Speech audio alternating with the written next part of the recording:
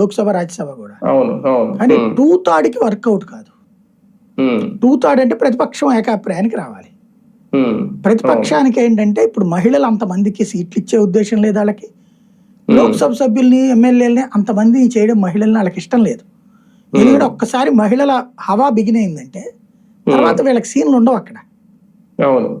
అది భయపడి చేస్తున్నారు.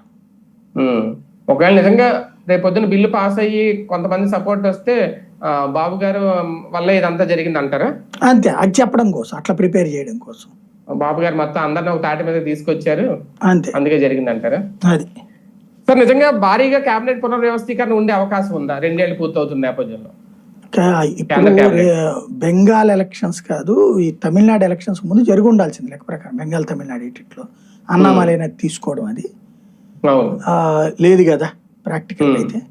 ఇప్పుడే ఉండకపోవచ్చు బేసిక్ గా, 2 ఏళ్ల కోసం అని చెయ్యరు వాళ్ళు. కొన్ని రాష్ట్రాల్లో ఏమన్నా సీట్లు, ఇప్పుడు మహారాష్ట్ర లాంటి చోట క్రిందసారి కొంతమంది సీనియర్లకు ఇవ్వడం కోసం వాళ్ళని తీసుకుని పార్టీలో ఉన్న వాళ్ళని పక్కన పెట్టిన సందర్భాలు ఉన్నాయి.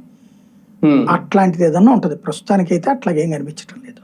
అంటే ఇప్పుడు బెంగాల్ లాంటి చోట వాళ్ళకి ఎవరికైనా ఇప్పుడు కేంద్ర కేబినెట్ లో చోటు కల్పించాలి అంటే ఎవరినో అక్కడే అవకాశాలు ఉన్నాయి మంత్రి పదవులు. బెంగాల్ లాంటి చోట్లన అవకాశాలు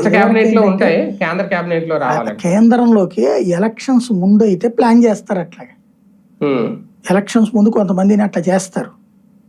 ఇప్పుడు అవసరం లేదు కదా, ఎలక్షన్స్ అయిపోయాక ఇంకెందుకు బెంగాల్లో మార్చడం. అక్కడే